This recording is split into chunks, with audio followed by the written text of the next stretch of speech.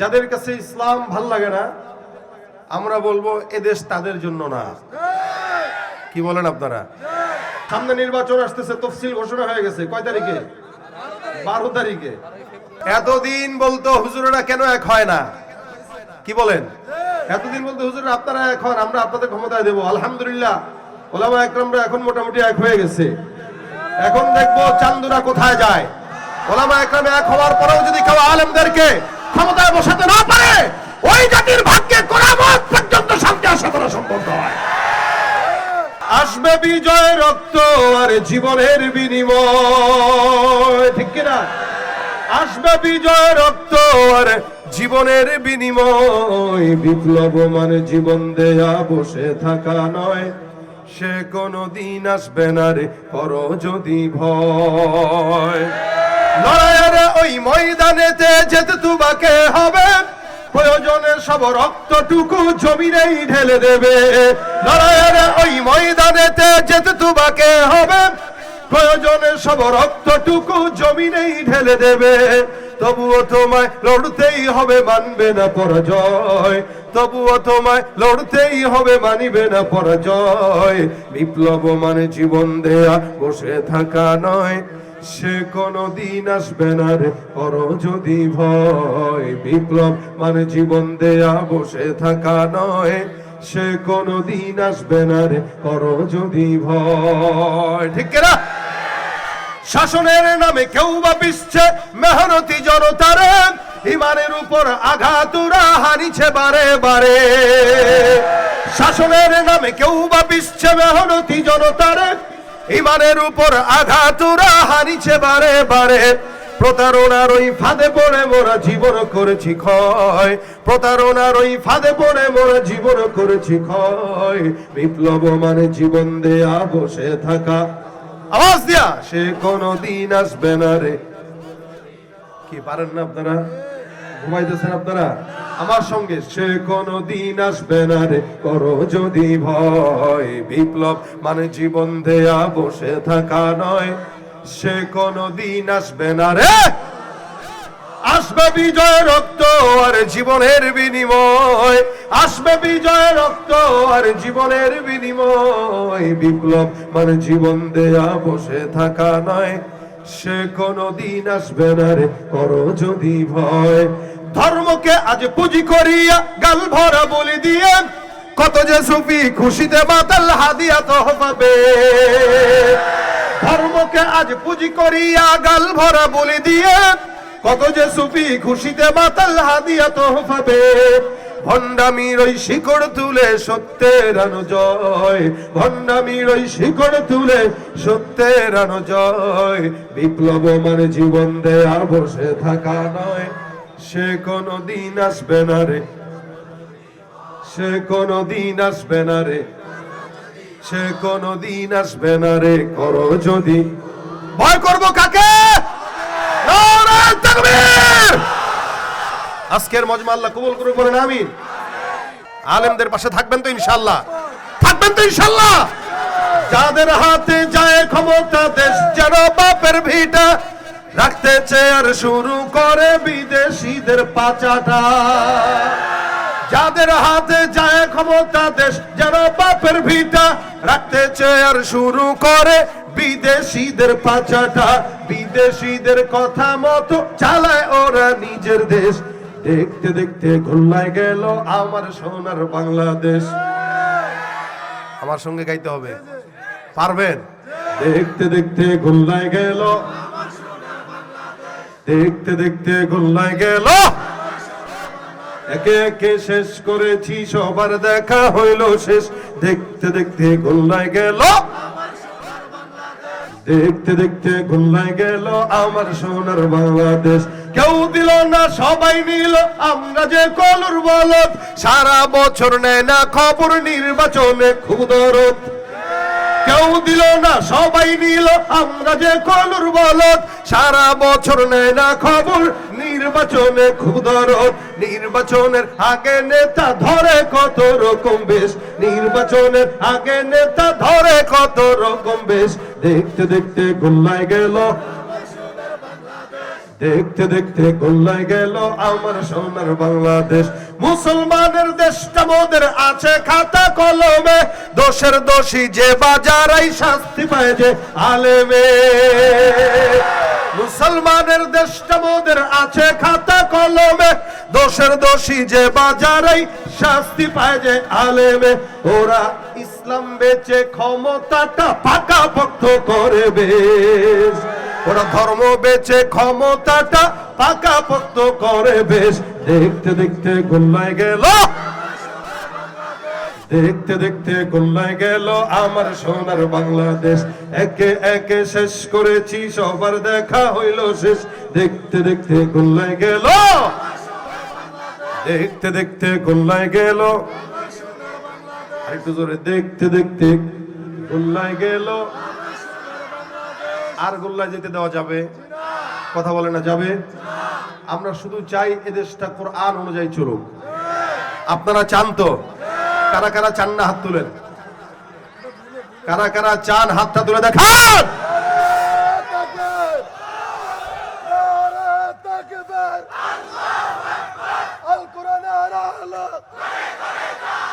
সংসদে চালো বিপ্লব, বিপ্লব, নারে তাকবীর। আল্লাহ কবুল করুক, বলেন আমিন। এই দুনিয়াতে কোরআন ছাড়া কোনো উপায় আছে?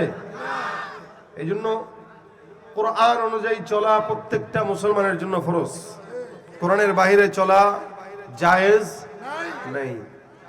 যাদের কাছে ইসলাম ভাল লাগে না, আমরা বলবো এদেশ তাদের জন্য না। কি বলেন আপনারা? আর যাদের কাছে ইসলাম ভালো লাগে এদেশে তাদেরকে স্বাগত। কথা বলেন ঠিক না? আপনাদের কাছে ভালো লাগে? কোরআন ভালো লাগে? কোরআন কি আপনার দাদার বানানো, আপনার দলের নেতার বানানো, আপনার পীরের বানানো? কে বানিয়েছেন?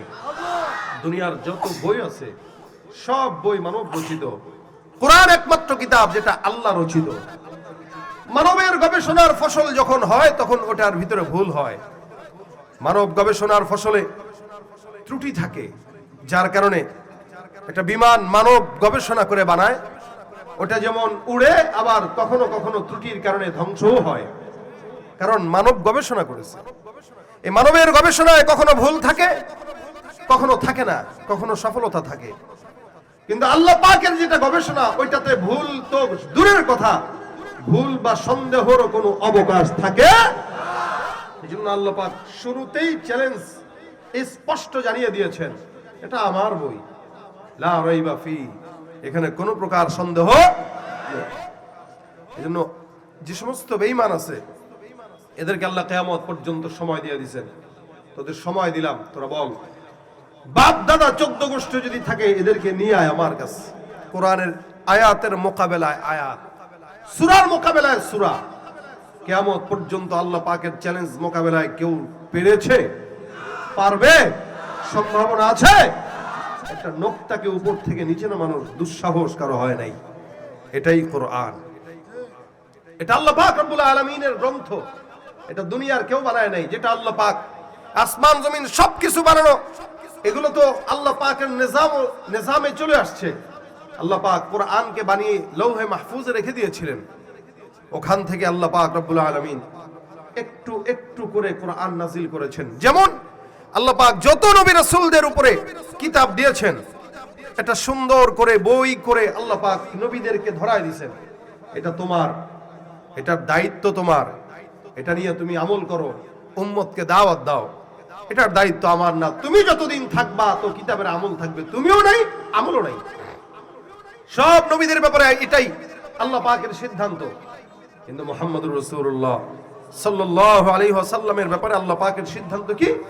আল্লাহ বলেন নাযালা বিহির রূহুল আমিন। আমি লৌহে মাহফুজ থেকে কোরআনটাকে আল্লাহ রাসূল সাল্লাল্লাহু আলাইহি ওয়াসাল্লামের উপরে নাজিল করার জন্য জিবরিলের মাধ্যমে আগে দিয়েছি। নাযালা বিহির রূহুল আমিন, এটা জিবরিল ফেরেশতার মাধ্যমে এটাকে নাজিল করেছি। রাসূল কোথায় নাজিল করেছি? আলা কলবিকা, আপনার কলবের ভিতরে এটাকে আমি নাজিল করে দিয়েছি। ভাই, যে জিনিস উপরে থাকে ওটা ধুয়ে মুছে সাফ হয়ে যায়। ময়লা এটা গায়ের উপরে বসবে তো একটা ডলা দিলে চলে যাবে, কিন্তু যেটা সিনার ভিতরে ঢুকে যায় ওইটা বের করা যায় না। মহাব্বত এমন একটা জিনিস, এটা যদি কারো দিলের ভিতরে ঢুকে যায় ওই ব্যক্তির ব্যাপারে মহাব্বত কোনোদিন মুছে না। কিন্তু চাপাবাজি যখন মুখ দিয়া করে তখন মুখের চাপা দূর হয়ে যায়, কিন্তু অন্তরের ভিতরে বসা যে মহাব্বত ওটা দূর হয়। কোরআন আল্লাহ পাক রব্বুল আলামিন রাসূলের কলবে দিয়েছেন, আর কলব থেকে কলব, কলব থেকে কলব, এমন করে করে করে করে আজ পর্যন্ত কোরআনটা সিনার ভিতরে আল্লাহ পাক 7 বছর 8 বছর 10 বছরের বাচ্চার মাধ্যমে কোরআনের হেফাজত করতেছে। বড়দের মাধ্যমে নয়, ছোটদের মাধ্যমে। বড়রা বুঝমান, কোরআন বড়দের সিনায় ঢুকেও না, ঢুকেও না। একটা ইঞ্জিনিয়ার ডাক্তার 30-40 বছর পর্যন্ত ডাক্তার হওয়ার জন্য সময় নেয়। হাজারো অন্যায় অবিচার গুনাহ করলেও তার ভিতরে ইঞ্জিনিয়ারিং জ্ঞান ঢুকে, কোরআনের জ্ঞান কি বলে ডাক্তারি জ্ঞান ঢুকে, ব্যবসায়ী জ্ঞান ঢুকে। কিন্তু যার বয়স 40 হয় তার কলবের ভিতরে কোরআনের জ্ঞান ঢুকে না। কেন ঢুকে না? বলে কোরআনের জ্ঞান ঢুকার জন্য সর্বপ্রথম শর্তই হলো নফসটাকে পরিচ্ছন্ন আর পবিত্র রাখা। কারণ এটা আল্লাহ কলবে দেন, যেহেতু যে পাত্রে এটাকে দিবেন ওই পাত্র যতদিন পর্যন্ত পরিচ্ছন্ন না থাকবে তো ওই পাত্রে কোরআনকে আল্লাহ রাখবেন না। নাপাক জায়গায় আল্লাহ পাকের পবিত্র গ্রন্থ আল্লাহ কিভাবে দিবেন? এজন্য হযরত আবু হুরায়রা রাদিয়াল্লাহু তাআলা আনহু বলেন, নবী করিম সাল্লাল্লাহু আলাইহি ওয়াসাল্লাম আমাকে গনিমতের মাল দিয়েছেন, দিয়ে বলতেছেন, হে আবু হুরায়রা, এই যে এটা তুমি নাও, তুমি তো আমার কাছে চাইতেও পারো। এই গনিমতের মাল যুদ্ধ করে আমি যেগুলো অর্জন করি, সাহাবা একরামরা এখান থেকে কিছু চাইলে তো আমি তোমাকে দেই, তুমি চাও না কেন? আবু হুরায়রা রাদিয়াল্লাহু তাআলা আনহু বলেন, ইয়া রাসূলুল্লাহ, গনিমতের মাল যতগুলা আপনি অর্জন করে এই সাহাবা আজমাইনদের ভিতরে বন্টন করে দেন, ইয়া রাসূলুল্লাহ, গনিমতের মালের ব্যাপারে আমার কোনো আগ্রহ নাই। দেখেন হযরতে আবু হুরায়রা রাদিয়াল্লাহু তাআলা আনহুর কেমন জবাব। উনি ডাক দিয়া বলেন, গনিমতের মালের প্রতি আমার লোভ নাই, আগ্রহ নাই, আমি আপনার কাছে গনিমতের মাল চাইও না। ইয়া রাসূলুল্লাহ, আপনার সিনার ভিতরে যে ইলমের গনিমত আল্লাহ পাক দান করেছেন, দয়া করে আপনি সেই সিনার ইলমের জ্ঞান কিছু আমাকেও আপনি দান করে দেন। আমার জমিনের কোনো গনিমতের মাল দরকার নাই, আপনি আমাকে আল্লাহ পাকের ওহীর ইলম কিছু দান করে দেন। নবী আমার ডাক দিয়া বলে, আবু হুরায়রা, তুমি একটু এই জায়গাটায় বসো। আমিও বসলাম। আল্লাহর নবী সাল্লাল্লাহু আলাইহি সাল্লাম বসলেন এক সাইডে, আবু হুরায়রা রাদিয়াল্লাহু তাআলা বসছেন এক সাইডে। আবু হুরায়রাকে আল্লাহর নবী ডাক দিয়া বলে, আবু হুরায়রা, তোমার গায়ের চাদরটা এই জায়গায় বিছায়া দাও। আবু হুরায়রা রাদিয়াল্লাহু তাআলা আনহু আল্লাহর নবীর কথা অনুযায়ী চাদরটা বিছাইলেন। হযরত আবু হুরায়রা বলে, আমি এখনো পর্যন্ত আমার চোখের মধ্যে ভাসছে আল্লাহ রাসূল সাল্লাল্লাহু আলাইহি ওয়াসাল্লাম এক পাশে, আমি আর এক পাশে, মাঝখানে যেই চাদরটা বিছাইলাম এই চাদরের ভিতরে আমার গায়ের উকুনগুলো এখনো কেমন যেন হাঁটাহাঁটি করতেছে, এটা আমি আমার চোখে ভাসাচ্ছি। আবু হুরায়রা বলেন, আমি আমার ওই উকুনওয়ালা চাদরটাই বিছায় দিলাম। আমার পয়গম্বরকে দেখলাম কি যেন পড়লো, আল্লাহ নবী বারবার কি যেন পড়লেন, আর তারপরে ওই জায়গাটা একটু হাঁকলেন হাত দিয়ে এরকম করে। আল্লাহ রাসূল সাল্লাল্লাহু আলাইহি ওয়াসাল্লাম এটা পড়ার পর সুন্দর করে চাদরটা ভাঁজ করে দিলেন। এটা ভাঁজ করার পর নবী আমার সুন্দর করে ডাক দিয়ে বলেন, আবু হুরায়রা, এই যে চাদরটা তোমার কাছে ভাঁজ করে দিলাম, চাদরটা তুমি তোমার সিনার মধ্যে একটু লাগায় নাও, এটাকে চাপ দিয়া তোমার সিনার সঙ্গে ধরে রাখো। আবু হুরায়রা রাদিয়াল্লাহু তাআলা আনহু ডাক দিয়া বলেন, ইয়া রাসূলুল্লাহ, হ্যাঁ, আপনার আদেশ শিরোধার্য। নবী আমার চাদরটাকে গুছায়া সুন্দর করে আবু হুরায়রা রাদিয়াল্লাহু তাআলা আনহু তার সিনার মধ্যে জড়ায় ধরে রাখলেন। আল্লাহর নবীর সাহাবী আবু হুরায়রা বলেন, আল্লাহর কসম, আমি যেদিন চাদরটাকে আমার সিনার মধ্যে জড়ায় ধরলাম ওই দিনের পর থেকে আমার সিনার মধ্যে আল্লাহর নবীর ইলম ঢুকতে আর দেরি হয় নাই। যেই জিনিসটা আমি শুনতাম এটা আমার মনে থাকতো, আমার ইলম আর কোনোদিন যায় নাই। আল্লাহ পাক ইলমে বরকত দিয়েছেন, নবীর ইলম, এই কারণে আল্লাহর নবীর সাহাবী আবু হুরায়রা রাদিয়াল্লাহু তাআলা আনহু এমন একজন সাহাবী, যেই সাহাবীদের সকল সাহাবীদের মধ্য থেকে সবচেয়ে বেশি হাদিস বর্ণনা করেছেন। আল্লাহ পাক ওহীর ইলমটা আবু হুরায়রার দিমাগের ভিতরে, দিলের ভিতরে এমন ভাবে দান করেছেন। আবু হুরায়রা রাদিয়াল্লাহু তাআলা আনহু ইলমের অন্বেষণের জন্য, কোরআনের জ্ঞান অর্জনের জন্য এমন কামাই পর্যন্ত করতো না, রাস্তাঘাটে পড়ে থাকতো, যেখানে মন চায় সেখানে যাইতো, কখনো কখনো মসজিদে নববীর গেটের মধ্যে পড়ে থাকতো, আর এরকম করে লাফালাফি করতো ক্ষুধার যন্ত্রণায়। মানুষ দেখলে মনে করতো মনে হয় আবু হুরায়রার মির্গি ব্যারাম ধরেছে। আসলে আবু হুরায়রার মির্গি ব্যারাম ধরে নাই, ইলমের অন্বেষণের কারণে ক্ষুধার যন্ত্রণায় উনি কাতরাইতো। সাহাবা আজমাইন যখন সামনে দিয়ে হাঁটতেন, আবু হুরায়রা সালাম দিতেন যেন কেউ যেন একটু খাবারের কোনো দাওয়াত দেয়। কিন্তু আবু হুরায়রা রাদিয়াল্লাহু তাআলা আনহুর অন্তরের হালত তো কেউ জানতো না। এ মুসলমান, রাসূল করিম সাল্লাল্লাহু আলাইহি ওয়াসাল্লামের এই সাহাবী ইলম অন্বেষণের প্রতি ছিল এত পাগল, যার কারণে কামাই রুজি পর্যন্ত করতে পারতেন না। আবু হুরায়রা যদি তখন ইলম অর্জন না করতেন, এই পর্যন্ত ইলম আসতো কিনা বলেন তো? সম্ভব ছিল না। তারা হাদিস বর্ণনা করেছেন, আমরা শুনেছি সাহাবা আজমাইনরা তাদেরকে তাবেঈদেরকে শুনাইছে, তাবেঈরা তাবেঈদেরকে, আইম্মায়ে মুজতাহিদিন থেকে এই পর্যন্ত সালফে সালিহিনরা আমাদের পর্যন্ত ওহীর ইলম আমাদের কাছে পৌঁছায় দিয়েছে। এক একজন সাহাবী ইলম অন্বেষণের কারণে তারা কোনো জায়গায় যেতেও পারতেন না। যদিও রাসূল সাল্লাল্লাহু আলাইহি ওয়াসাল্লামের ইন্তেকালের পর আবু হুরায়রা রাদিয়াল্লাহু তাআলা আনহু স্বচ্ছতা আল্লাহ দিয়েছেন। শুধু তাই নয়, মদিনার জমিনে আল্লাহর রাসূলের ইন্তেকালের পরে কিছুদিন শাসকের আল্লাহ পাক রব্বুল আলামিন দায়িত্ব আবু হুরায়রার কাঁধে দিয়েছিলেন। শাসক ছিলেন মদিনার কিছুদিন, অবস্থা এমন ছিল। শিখেন, কথাটা যেহেতু বলেই ফেললাম, একটু খেয়াল দিয়েন। হযরত আবু হুরায়রা মদিনার শাসক যখন ছিলেন, তখনও পর্যন্ত উনি নিজের লাকড়ি নিজে কাটতেন, মাথায় বহন করে নিজের বাসায় নিজে যেতেন। বাজারে যখন কোনো ভিড় দেখতেন তো তখন বলতেন, এই মদিনার শাসক আসতেছে, একটু জায়গা দাও না, তো তখন যাইতেন। আর আমাদের দেশের তো হাফ নেতা পাতি নেতা, 2 দিনের নেতা, একটু যদি খালি কোনো মতে দায়িত্ব পায় 10 জন বডিগার্ড তাকে পাহারা দেওয়ার জন্য লাগে। কথা বলেন ঠিক কিনা? সাহাবা একরামদের বডিগার্ড লাগতো না, আল্লাহ পাক ফেরেশতার মাধ্যমে তাদের হেফাজতের দায়িত্ব নিয়েছেন। আর আমরা অকাম কুকাম করি, চুরি করি, সন্ত্রাসী করে, দুর্নীতি করি, যার কারণে কোন সময় আঘাত আসে, এজন্যই আমাদের বডিগার্ড লাগে বেশি। কি বলেন ঠিক না? এ কারণে নেতা হওয়া লাগে তো এদের মতো হওয়া চাই, রাজনীতি শেখা লাগে তো এদেশের ওলামা একরামদের থেকে শেখা চাই। কোরআন হাদিস থেকে কিভাবে করা যায় সেটা আলেমরা বলবে। আবু হুরায়রা রাদিয়াল্লাহু তাআলা আনহু ইলম অন্বেষণের জন্য পাগল পারা। এই জন্য আল্লাহ পাক রব্বুল আলামিনের হাবিব বলেন, এটা সাধারণ কোনো বিষয় নয়, এটা প্রত্যেকটা মানুষের জন্য, যারা বাংলাদেশে আছে, যারা আমেরিকায় আছে, যারা ভারতে আছে, যারা লন্ডনে আছে, যারা ইউরোপে আছে, যারা আফ্রিকাতে আছে, মুসলমান হোক নরনারী হোক, যাই হোক, পুরুষ মহিলা। আল্লাহ নবী বলেন, তলাবুল ইলমি ফারিদাতুন আলা কুল্লি মুসলিম, প্রত্যেকটা মুসলমান নরনারীর জন্য এই কোরআনের শিক্ষা অর্জন করা কি? একটা হলো জরুরি বিষয়, আর একটা হলো ফরজ বিষয়। জরুরি বিষয় যেটা, এটা হইলেও চলে, না হইলেও চলে। কিন্তু ফরজ বিষয় যেটা, এটা হইলে চলে, না হইলে চলে না, বিষয়টা এরকম না, হওয়াই লাগে। কথা বলেন ঠিক কিনা? এই যে আমরা জামা পড়ছি জরুরি বিষয়, কিন্তু সতর ঢাকাটা কি বিষয় জোরে বলেন তো? কেউ যদি লুঙ্গি না পরে দৌড় দেয়, তারা মানুষ কি বলে? লুঙ্গি ছাড়া যে বান্দা থাকে তারে মানুষ পাগল বলে। কেন? ফরজ বিধান যেটা, এই বান্দাটা এটাও বুঝে না, যার কারণে নিজের লুঙ্গি খুলে তারপরে মাথায় বেঁধে রাখছে। মানুষ যায় আর মনে করে, দেখ পাগলটা কেমনে ল্যাংটা হয়ে দাঁড়াইছে। যেই লোকটা দুনিয়ার হাইসিয়তে জরুরত সব বাদ দিয়া, ফরজটাকেও বাদ দিয়া লুঙ্গিটা খুলে তাকে মানুষ পাগল বলে। ঠিক তেমনি ভাবে দুনিয়া বুঝলেন, আপনার ব্যবসা বুঝলেন, বাণিজ্য বুঝলেন, দুনিয়া বুঝলেন, বউ সন্তান সব বুঝলেন, আল্লাহর কোরআন বুঝলেন না, আল্লাহর আদালতে আপনার মতো পাগল আর কেউ হতে পারে না।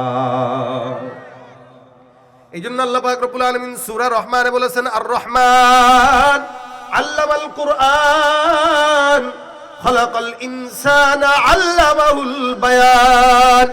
আল্লাহ পাক রব্বুল আলামিন বলেন, রহমান মালিক এমন একজন যে আল্লাহ পাক রব্বুল আলামিন বান্দাকে আগে মানুষ বানিয়েছেন। বিষয়টা এরকম নয়। আল্লাহ বলেন, আর রহমানু আল্লামাল কুরআন, আগেই আল্লাহ পাক রব্বুল আলামিন কোরআন শেখার কথা বলেছেন, তারপরে আল্লাহ বলেছেন খলাকাল ইনসান। আগে বলতেছেন মানুষকে আমি কোরআন শিখিয়েছি, তারপরে বলতেছেন খলাকাল ইনসান, মানুষ বানিয়েছি। আরে কোরআন শিখাইলো আগে, মানুষ বানাইলো পরে। আসলে বিষয়টা হইলো, যতক্ষণ বান্দা কোরআন না শিখে ততক্ষণ প্রকৃত মানুষ হতে পারে না। এই জন্য এরকম কমপ্লেক্স গুলো দরকার। কেন? মানুষ বানানোর জন্য। কারণ দেখবেন কোরআনের জ্ঞান যার নাই, সে যেখানেই যায় সেখানেই প্যাঁচ লাগায়। রাজনীতি যখন করে কোরআনের জ্ঞান না থাকার কারণে নোংরা রাজনীতি করে, ব্যবসা যখন করে কোরআনের জ্ঞান না থাকার কারণে 2 নম্বর জিনিস মিশায়। হে মুসলমান, জায়গা জমির ব্যবসা যখন করে কোরআনের জ্ঞান না থাকার কারণে মাপ এলোমেলো করে। মুসলমান নবীর উম্মত যখন ইঞ্জিনিয়ারিং করে যদি কোরআনের জ্ঞান না থাকে তখন রডের পরিবর্তে বাঁশ দেয়। যখন ডাক্তারি করে কোরআনের জ্ঞান না থাকার কারণে সমস্ত জনগণকে ধরে ধরে কষায়ের মতো জবাই করে খায়। কথা বলেন ঠিক কিনা? কেন? কোরআনের জ্ঞান নাই, এই কারণে সে যেখানে যায় ওখানে অকাম করে। কিন্তু কোরআন হলো একটা বান্দা কোরআনের জ্ঞানের কারণে অকাম করে না, গুনাহ করতে চায় না, পারে না। আল্লাহ পাক বলেছেন কোরআনের জ্ঞানের কারণে বান্দাকে আল্লাহ পাক দাবি বানায়। এই জন্য আল্লাহ পাক রব্বুল আলামিন বলেন এমন কিছু বান্দা আছে যাদের নফস আছে কিন্তু এরা বুঝে না, আকল আছে বুঝে না, চক্ষু আছে দেখে না, তাদের জবান আছে তারা কথা বলতে জানে না ঠিক মতো, তাদের কান আছে তারা শুনতে জানে না। আসলে কি? কোরআনের ইলম না থাকার কারণে ওই বান্দাদের কান থাকার পরও তারা বধির, চোখ থাকার পরও তারা অন্ধ, কলব থাকার পরও তারা বুঝে না, নির্বোধ। এই কারণে জমিনে কোরআনের শিক্ষাটা আল্লাহ পাক রব্বুল আলামিন ফরজ করে দিয়েছেন। কতটুকু শিক্ষা করা ফরজ? যেই ইবাদতের যেই আমলটা আপনার আমার জন্য ফরজ, অর্থাৎ নামাজ ফরজ, রোজা ফরজ, হজ ফরজ, যাকাত ফরজ, এই সমস্ত ফরজ ইবাদতগুলোর ইলম অর্জন করাও প্রত্যেকটা ঈমানদারের জন্য ফরজ। নামাজ যখন পড়বেন কোরআন তেলাওয়াত যদি না করতে পারেন ফরজ নামাজ কবুল হবে না। হজ করতে গেলেন হুকুম আহকাম যদি না শিখে যান হজ কবুল হবে না। যাকাত দিবেন ঠিক মতো নেশাব যদি না বুঝেন যাকাত আদায় হবে না। আমাদের সমাজে মুসলমান নামধারী মানুষের অভাব নাই, কিন্তু এই সমাজে খাঁটি মুসলমানের বড়ই অভাব, ঠিক কিনা? তুমি রমজান এলে রাখো না রোজা, দিনকে করো আঘাত, পয়সা কড়ির নেই তো অভাব, দাও না তো যাকাত। আছে না নাই? রমজান এলে রাখো না রোজা, দিনকে করো আঘাত, পয়সা কড়ির নেই তো অভাব, দাও না তো যাকাত। তুমি ইমানদারির বড়াই করো নেই তোমার ঈমান, তুমি ইমানদারির বড়াই করো নেই তোমার ঈমান। তুমি কেমন মুসলমান, তুমি কেমন মুসলমান?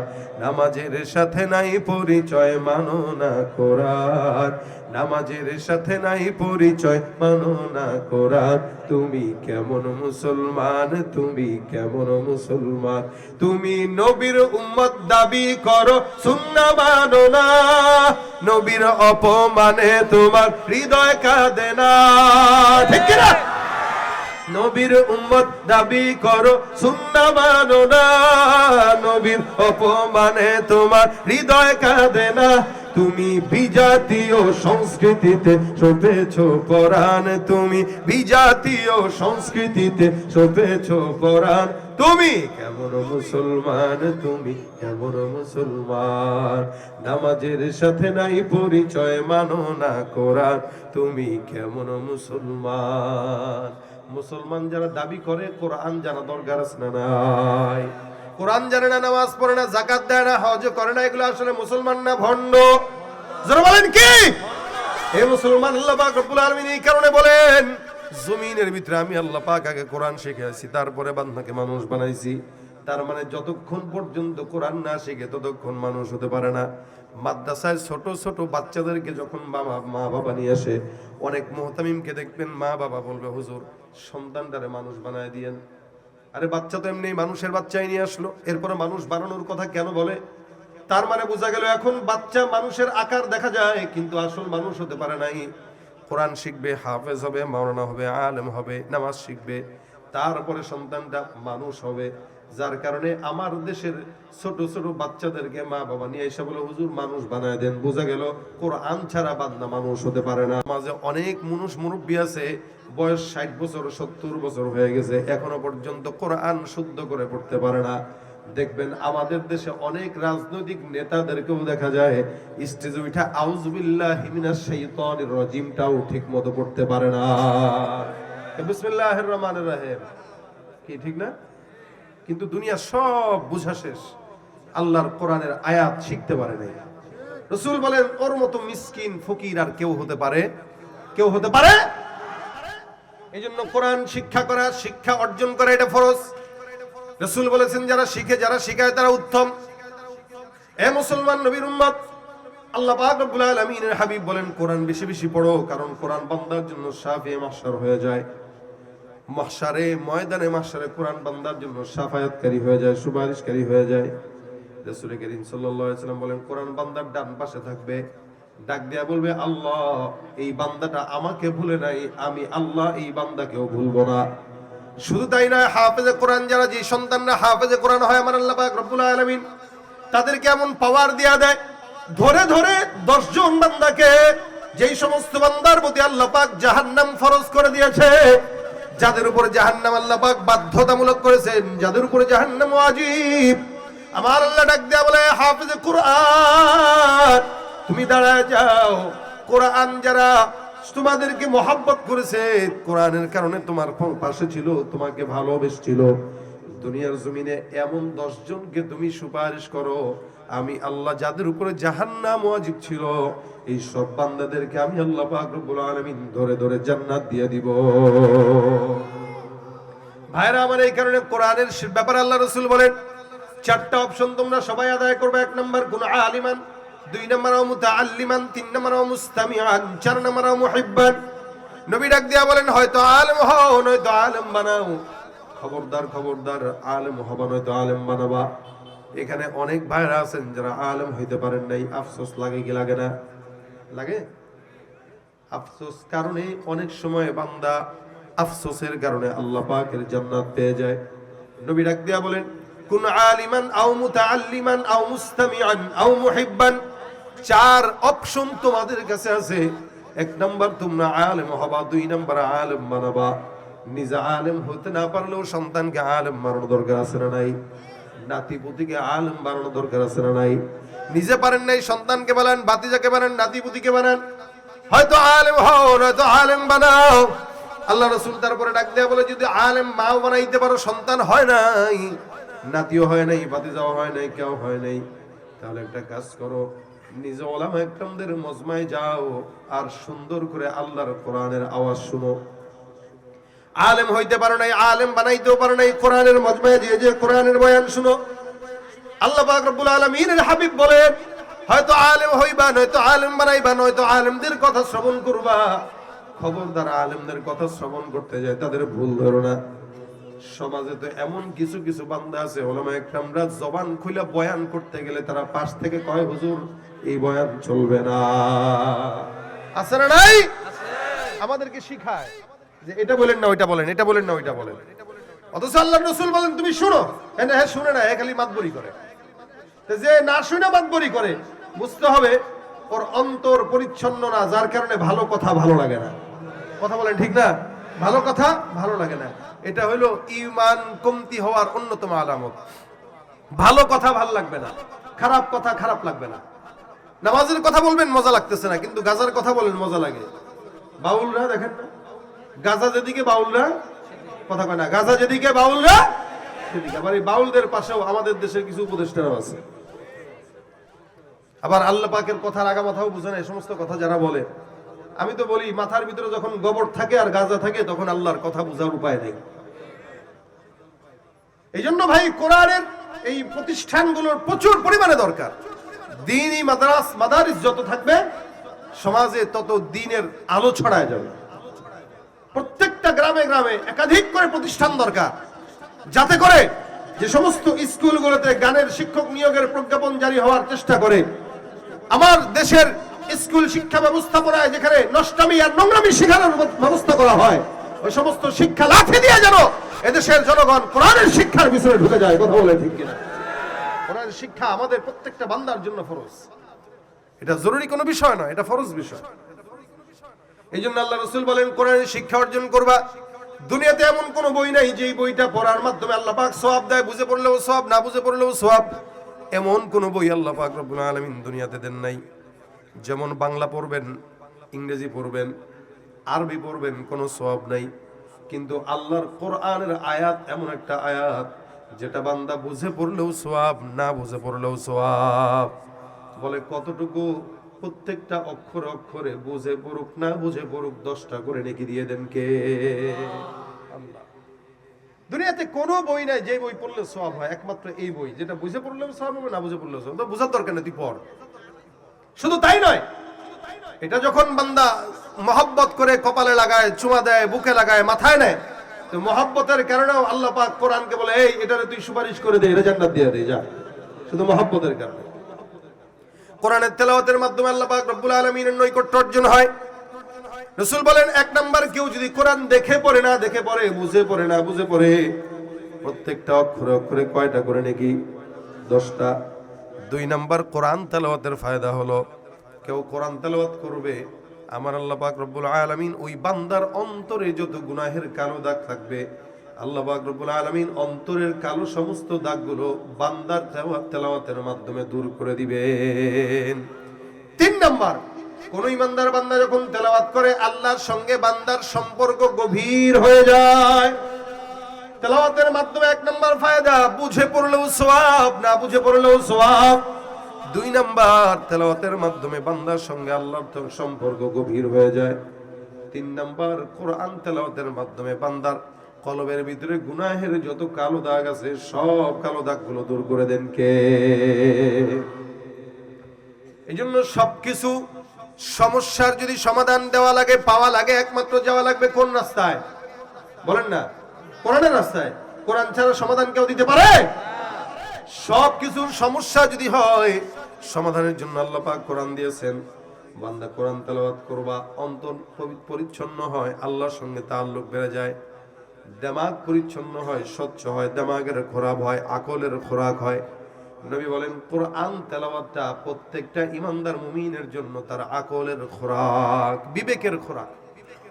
এটা পড়বে তো বিবেকের দরজা আল্লাহ খুলে দিবেন। হযরত উসাইদ বিন হুযায়র রাদিয়াল্লাহু তাআলা একজন সাহাবী, উনি বলেন, আমি একবার আমার ঘরের ভিতরে তাহাজ্জুদের নামাজে দাঁড়াইলাম। তাহাজ্জুদের নামাজে দাঁড়ানোর পর আমি যখন তাহাজ্জুদের নামাজ আদায় করতেছি, এমন সময় আমার উঠানের মধ্যে আমার ঘোড়াটা বাঁধা ছিল, আমার ঘরের বারান্দায় আমার সন্তান শোয়া। আমি নামাজের ভিতরে দাঁড়িয়ে দাঁড়িয়ে তেলাওয়াত করতেছি। আমি লক্ষ্য করলাম, তেলাওয়াত যত সামনে আগায়, ওই আমার বাঁধা ঘোড়াটা তত পাগলামি করা শুরু করে দেয়। আমি তো বুঝলামই না কিরে, আমি তেলাওয়াত করার সঙ্গে সঙ্গে ঘোড়াটা কেন পাগলামি করে। আমি তেলাওয়াত সামনের দিকে আগাই, ঘোড়াটা বারবার লাফায়। আমি যতই সামনে আগাই, ঘোড়াটা লাফায়। আমি নামাজের মধ্যে ভয় পেয়ে গেলাম, না জানি আমার সন্তানের গায়ের উপরে ঘোড়াটা পাড়া দিয়ে দেয়। আমি চিন্তা করলাম, কি ব্যাপার? যখন রুকুর মধ্যে যাই, ঘোড়ার লাফানি বন্ধ হয়ে যায়। সেজদার মধ্যে যাওয়ার পর ঘোড়ার লাফানিটা বন্ধ হয়ে যায়। আবার তেলাওয়াত শুরু করলে ঘোড়ার লাফানিটা আর পাগলামিটা কেন যেন বেশি বেড়ে যায়।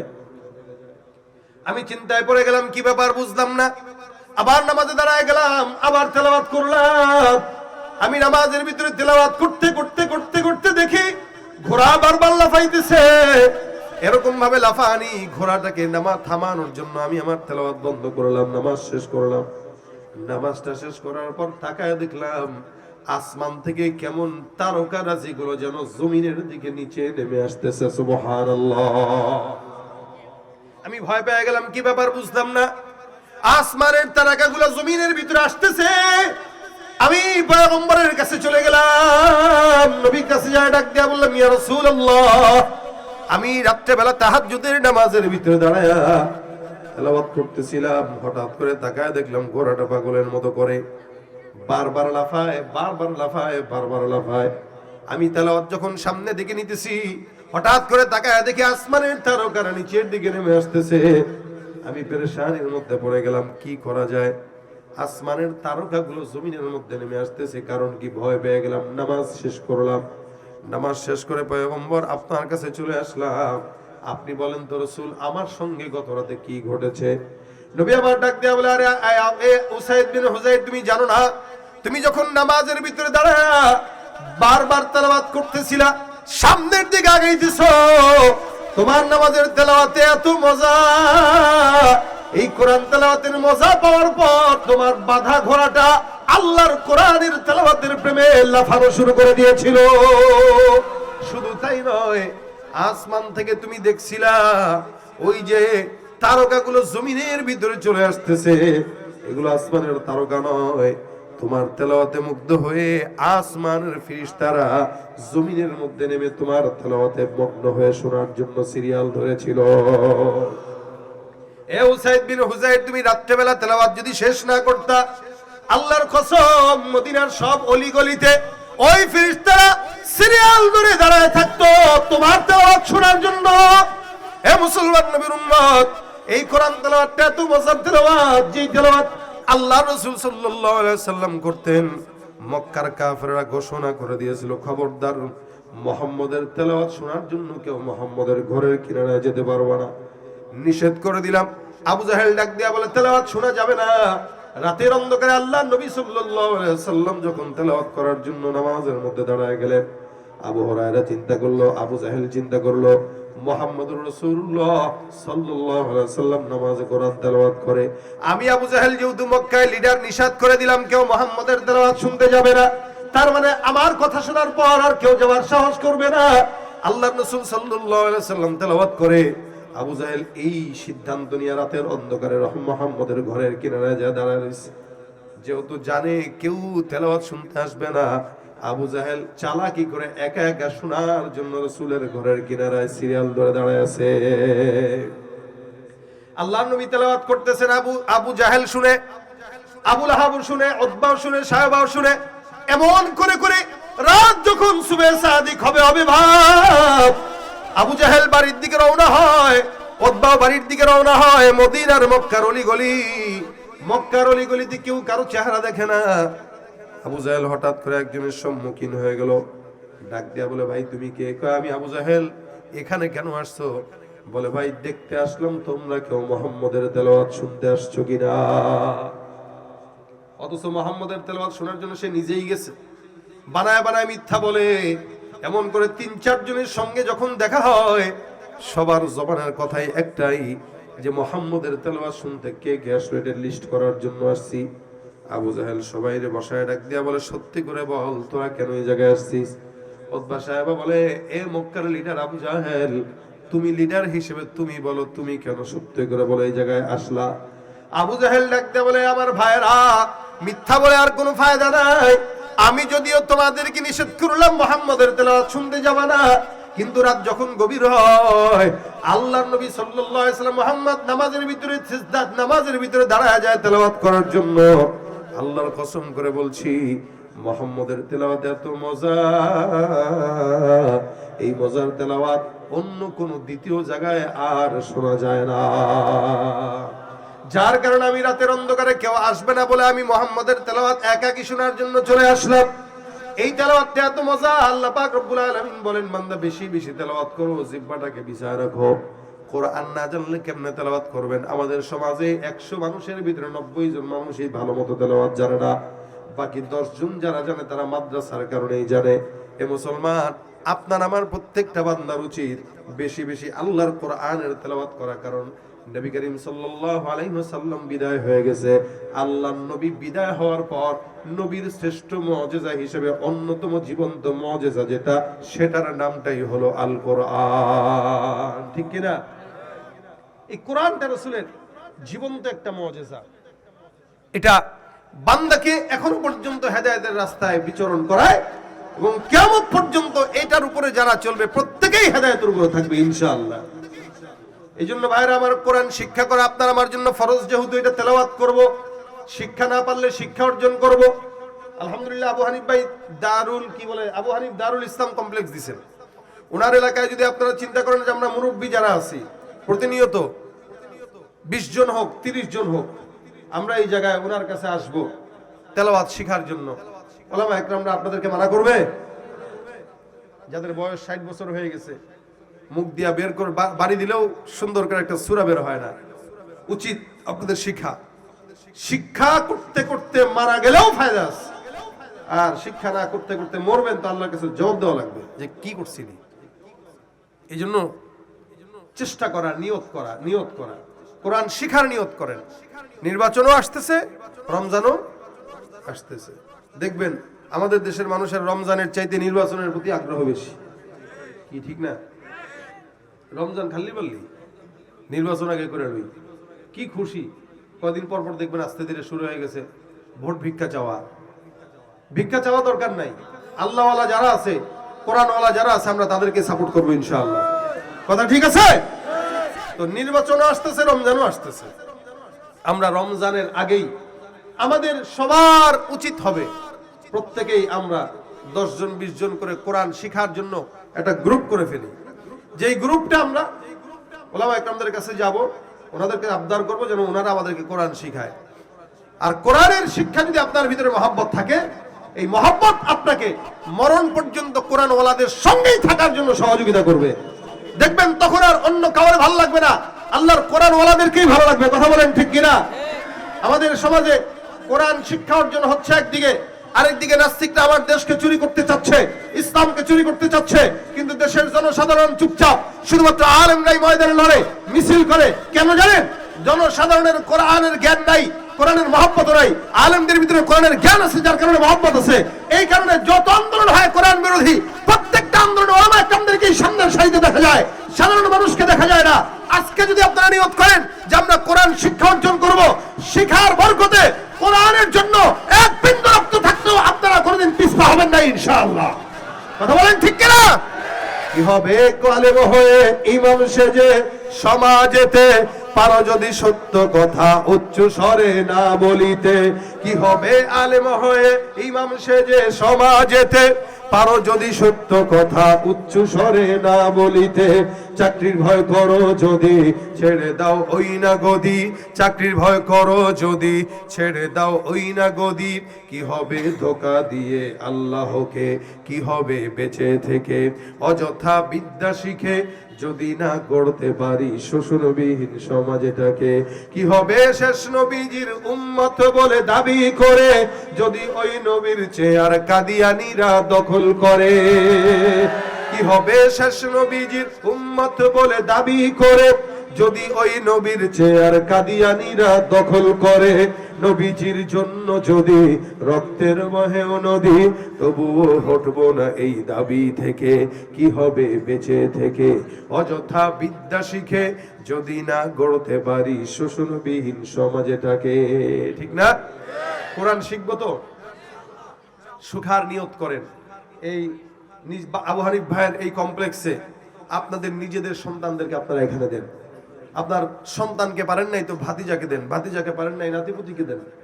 আপনাদের সন্তানরা যখন আলেম হয়ে যাবে, নবী বলেন এটাই হলো শ্রেষ্ঠ সম্পদ, যে মা বাবা যাওয়ার পরে সন্তান রেখে যায়, যে সন্তান মা বাবার কবরের পাশে দাঁড়িয়ে দোয়া করে, এই সন্তান শ্রেষ্ঠ সম্পদ।